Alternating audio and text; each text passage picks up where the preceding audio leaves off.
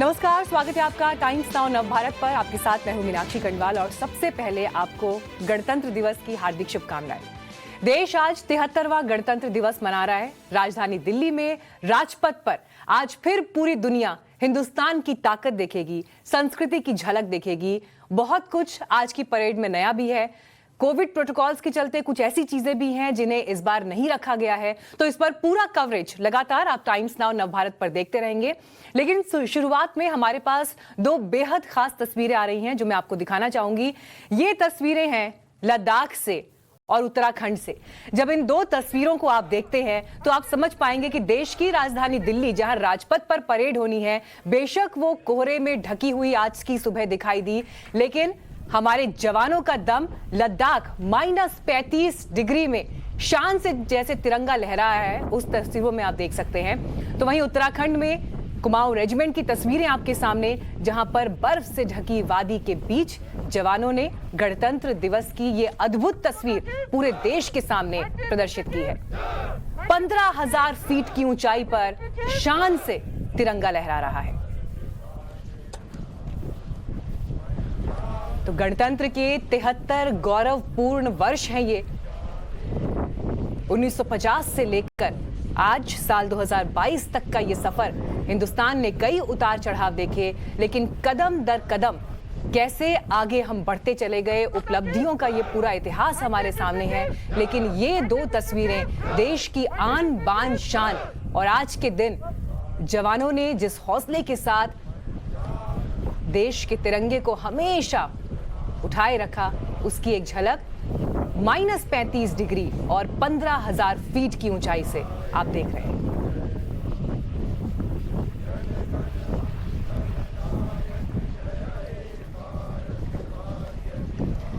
तो ये तस्वीरें आपने देखी, लेकिन अब आपको बीते कुछ वर्षों की भी तस्वीरें इस वक्त हम दिखा रहे हैं। साल 2015, 2016, 2017, 18, 19, 20 और 21, इन बदलते वर्षों में कैसे हिंदुस्तान की संस्कृति, हिंदुस्तान की शक्ति, उपलब्धियों के ये वर्ष रहे, और उसकी एक झलक गणतंत्र दिवस की परेड में आपको दिखाई दी।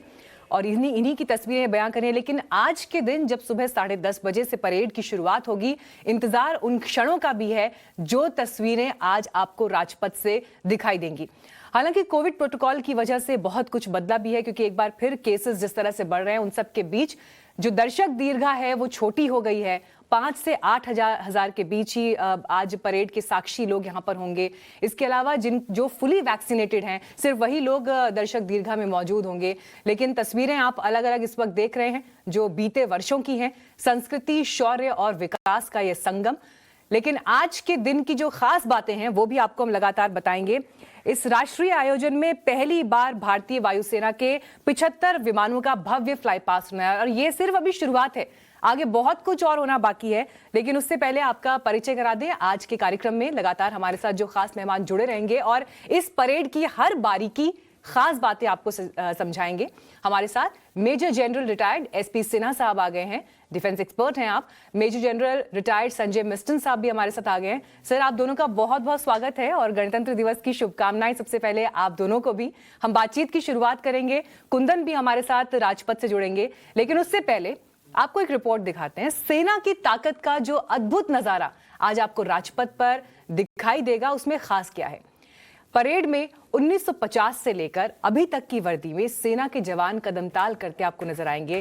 किस रेजिमेंट में की क्या खासियत है, आज की परेड की हाइलाइट्स क्या है, कौन सी वर्दी में जवान पराक्रम दिखाएंगे, देखिए रिपोर्ट।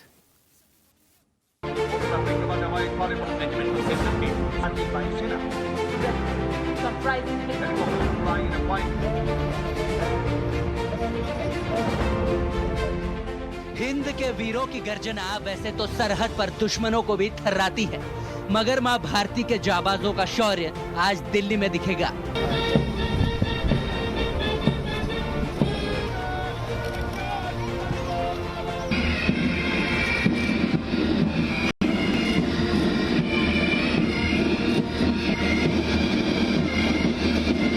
गणतंत्र दिवस पर सेना की परेड में साल 1950, 1960 और 1970 के दशक में पहनी जाने वाली पहली वर्दी से लेकर इस साल तक की वर्दी की झलक दिखाई देगी। तो 1971 के युद्ध और टंगेल पराक्रम का नजारा भी राजपथ पर नजर आएगा। इसके साथ ही पुराने हथियारों का प्रदर्शन भी किया जाएगा। सेना के जवान 1950 से लेकर अभी तक की वर्दी में कदम ताल करते हुए नजर आएंगे। दस्ता नेतृत्व कुमाऊं रेजिमेंटल सेंटर के सूबेदार गोपाल सिंह नयाल द्वारा। इनका साथ दे रहे हैं मद्रास रेजिमेंटल सेंटर के सूबेदार Uma Kumar. 303, which has witnessed the Indo-Pak War of 1947-48. Rajpath पर सेना के शूरवीरों की शानदार धमक के साथ राजपूत रेजिमेंट के जवान उतरेंगे, जिनका नेतृत्व लेफ्टिनेंट वरुण प्रताप सिंह कर रहे हैं, जो कि साल 1950 की वर्दी में नजर आएंगे। जवानों के हाथ में 303 राइफल होगी, जिनका इस्तेमाल 1947-48 के युद्ध में हुआ था। राजपूत रेजिमेंट सेना की सबसे पुरानी रेजिमेंट में से एक है, जिसका आदर्श वाक्य है सर्वत्र विजय और युद्ध घोष है बोल बजरंग बली की जय। गणतंत्र दिवस परेड में भारतीय सशस्त्र बलों की 8 टुकड़ियां शामिल होंगी, जिसमें थल सेना की 6 टुकड़ियां, वायुसेना और नौसेना की एक टुकड़ी शामिल होने वाली है। इस बार कुल 16 मार्चिंग दस्ते होंगे। इनमें से 8 भारतीय सशस्त्र बलों के, 4 केंद्रीय सशस्त्र पुलिस बल के, 2 एनसीसी के और एक दिल्ली पुलिस और एनएसएस के होंगे। हालांकि इस बार की परेड पर कोविड का असर भी देखने को मिल रहा है। परेड का संचालन 30 मिनट देरी से किया जा रहा है, यानी कि परेड इस बार 10:30 बजे शुरू होगी। दूसरा, मार्चिंग कंटिंजेंट की बनावट 144 से घटाकर 96 कर दी गई है, ताकि कोविड प्रोटोकॉल का ठीक से ध्यान दिया जा सके। तो आपको सारे मार्चिंग कंटिंजेंट्स 12 कॉलम और 8 रो में मार्च करते हुए नजर आएंगे। और तीसरी बात है, जैसे मैंने बताया, कि परेड नेशनल स्टेडियम पर समाप्त हो जाएगी। असम रेजिमेंट की दूसरी टुकड़ी 1960 के दशक की वर्दी पहनेगी, जिसके कमान कैप्टन गौरव राणा के हाथों में होगी। साल 1960 की वर्दी में जवान 303 राइफल हाथों में लिए कदम ताल करेंगे। 1947-48 के युद्ध में इस राइफल का इस्तेमाल हुआ था। असम रेजिमेंट का गठन साल 1947 में शिलोंग में हुआ था। रेजिमेंट का आदर्श वाक्य है राइनो चार्ज और युद्ध घोष है असम विक्रम। उसके साथ ही राजपथ के आसमान को अपनी गर्जना से गुंजायमान करेंगे सिख लाइट इन्फेंट्री के जवान, जिसके कमांडर होंगे कैप्टन उत्सव कुमार, जिनके नेतृत्व में जवान 5.56 mm इंसास राइफल से लैस होंगे। 23 जून 1944 में सिख लाइट इन्फेंट्री रेजिमेंट का गठन हुआ था, जिसका प्रतीक चिन्ह है खंडा। इस रेजिमेंट ने भारतीय सेना को 3 सेनाध्यक्ष दिए हैं। मौजूदा आर्मी चीफ जनरल नरवणे इसी रेजिमेंट से आते हैं। सिख लाइट इन्फेंट्री के जवान देखते हैं फतेह आदर्श वाक्य को लेकर आगे बढ़ते हैं, जिसका युद्ध घोष है जो बोले सो निहाल, सत श्री अकाल। परेड में कई दशकों तक सेना के इस्तेमाल किए गए हथियार लेकर मार्चिंग टुकड़ियां नजर आएंगी। यानी कि इस बार राजपथ न सिर्फ जवानों का शौर्य देखेगा, बल्कि इतिहास का साक्षी भी बनेगा। ब्यूरो रिपोर्ट, टाइम्स नाउ, नव भारत। तो राजपथ पर जो परेड आपको दिखाई देगी, उन तस्वीरों का इंतजार आपको भी है, हमें भी है। लेकिन इस बीच आपको मैं प्रधानमंत्री नरेंद्र मोदी का ट्वीट दिखा रही हूं। आप सभी को गणतंत्र दिवस की शुभकामनाएं, जय हिंद। ये कहते हुए प्रधानमंत्री ने देशवासियों को गणतंत्र दिवस की शुभकामनाएं यहां पर दी हैं। हमारे साथ खास मेहमान बने हुए हैं। Major general retired SP Sinha ji हमारे साथ मौजूद हैं। मेजर जनरल रिटायर्ड संजय मिस्टन साहब भी हमारे साथ मौजूद हैं। एसपी सिन्हा जी, शुरुआत में आपके साथ करना चाहूंगी। देखिए, एक रिपोर्ट हमने अभी दिखाई कि आज की जो परेड है उसमें क्या खास बातें रहने वाली हैं, और जब अलग अलग दशकों की वर्दी पहने ये रेजिमेंट्स आज कदम ताल करती हुई हमें राजपथ पर दिखाई देंगी, इस फैसले और इस कदम और इस प्रक्रिया को शामिल करने का क्या लक्ष्य था, हमारे दर्शकों को समझाइए। देखिए, आज बहुत पुण्य दिवस है, माध्यम से पूरे देश में गणतंत्र दिवस की आज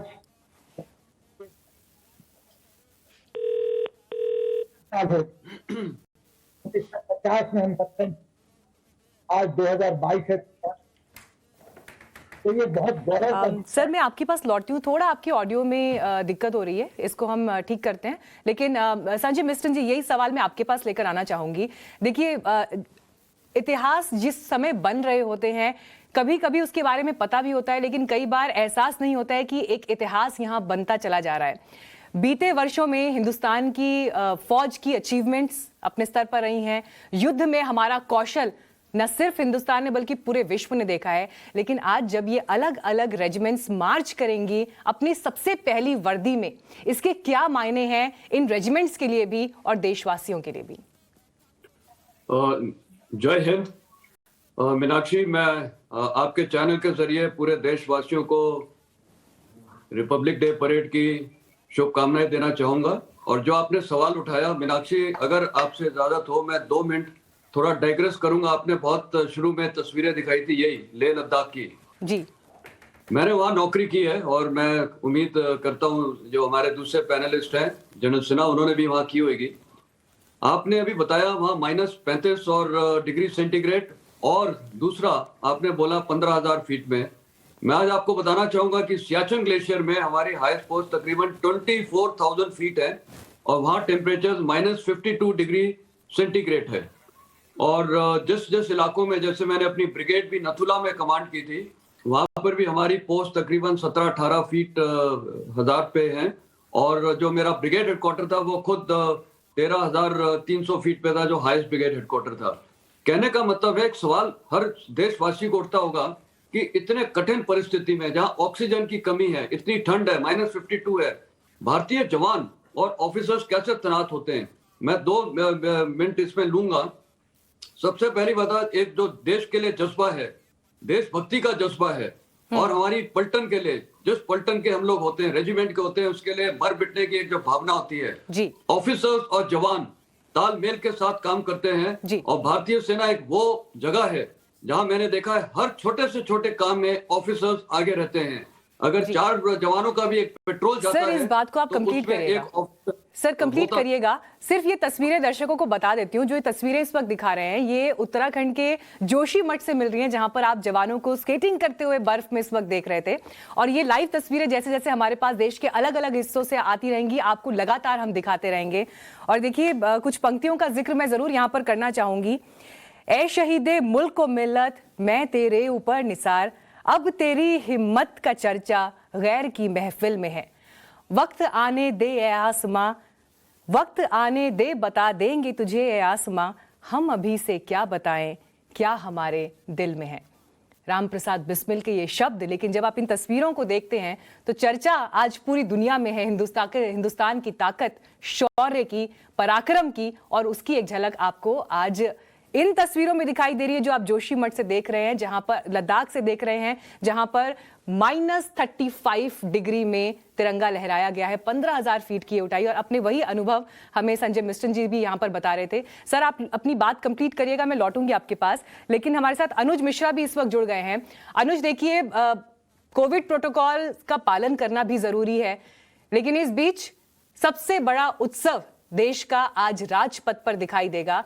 कोविड प्रोटोकॉल्स के बीच लोगों का वहां पर पहुंचना जो है जारी है। जरा हमें कुछ तस्वीरें भी दिखाइए कि किस तरह की तैयारी, और जो कहते हैं ना कि कार्यक्रम से पहले का जो एक बज़ होता है, जरा दिखाइए कैसी तस्वीरें अभी वहां पर है और किस तरह का उत्साह वहां दर्शक दीर्घा में आपको दिखाई दे रहा है।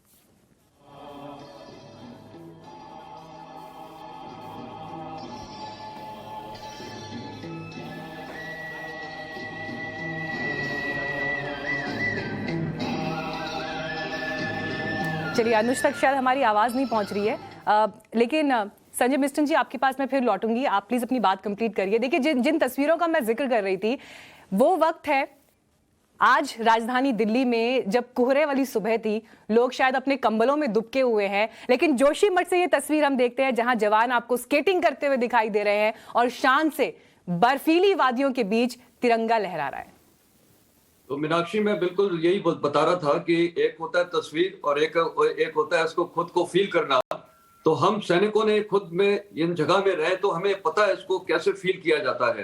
पर सवाल ये उठता है कि ये फौजी ये करता कैसे है?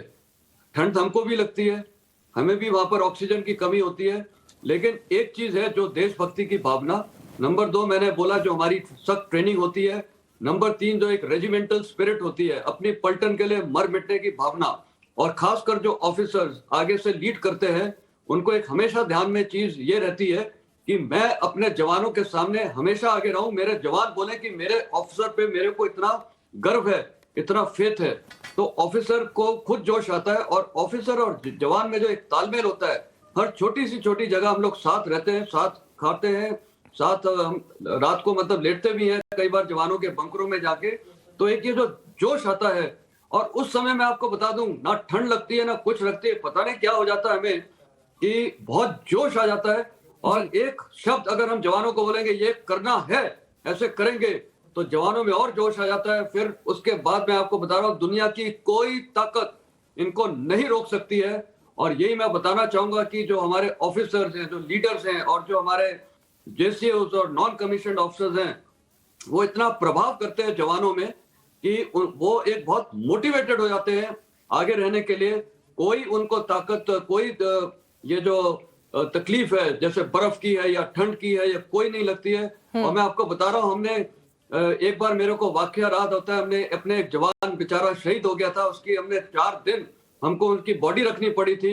मेरे को याद है वो कैसे 4 दिन हमने निकाले थे, इतने खतरनाक एक जगह पे हम डिप्लॉयड थे।